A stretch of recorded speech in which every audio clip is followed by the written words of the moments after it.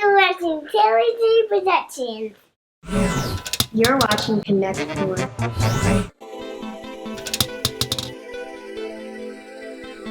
Do you guys have any other big projects? I remember last year when you guys were leaving, you had Project Titan. Yeah, we finished Project Titan. We got to use it twice. So Project Titan was a...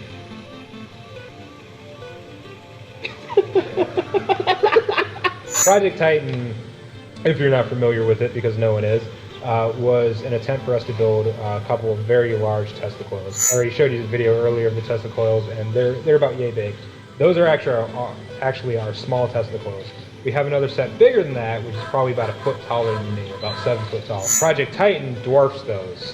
They're about, I think, 35 or 40 feet tall, and we got to use them twice, and both times it was outdoors and it rained. Oh. It was a bummer. We did get to turn them on though, which was pretty cool, but the electronics are fine, but the actual wooden base of it started to warp, so we had to break it all down, and we got to remake that. But it was scary. I've been doing the Tesla coil stuff for about 10 years now, and I'm pretty used to Tesla coils. I'm very cautious around them and everything, but they don't scare me anymore like they used to. Project Titan almost made me crap my pants when they turned on. It's just like you have this 30-foot arc of lightning, 30 feet away from you. What were you guys hitting? The ground. That's about all you could. Yeah, it's like they're so big.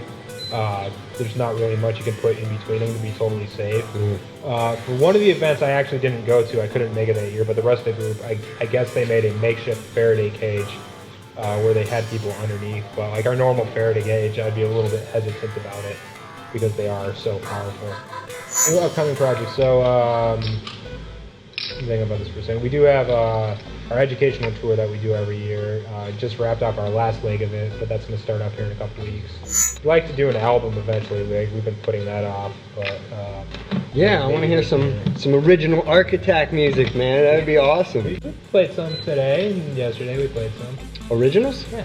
Which ones are yours? Which ones are ours? The ones that you don't recognize are probably ours. I don't recognize. See, that's not saying much because I don't recognize. I never watched Game of Thrones before, so I mean, but I would know what that is now. I know what it is now. So, do you do most of the writing for the music? The original stuff? Yes and no. Toccata and Fugue was actually written by a friend of ours named Seven, who has this crazy brain for composition, and I wish I could compose like he does, but he doesn't get a chance to write for us as much as I'd like to. All the other original music is either myself, the majority of it is myself working with Joe, and then Andrew does a couple of songs. Andrew can groove, man. Yeah, Andrew is one of the most impressive musicians I know.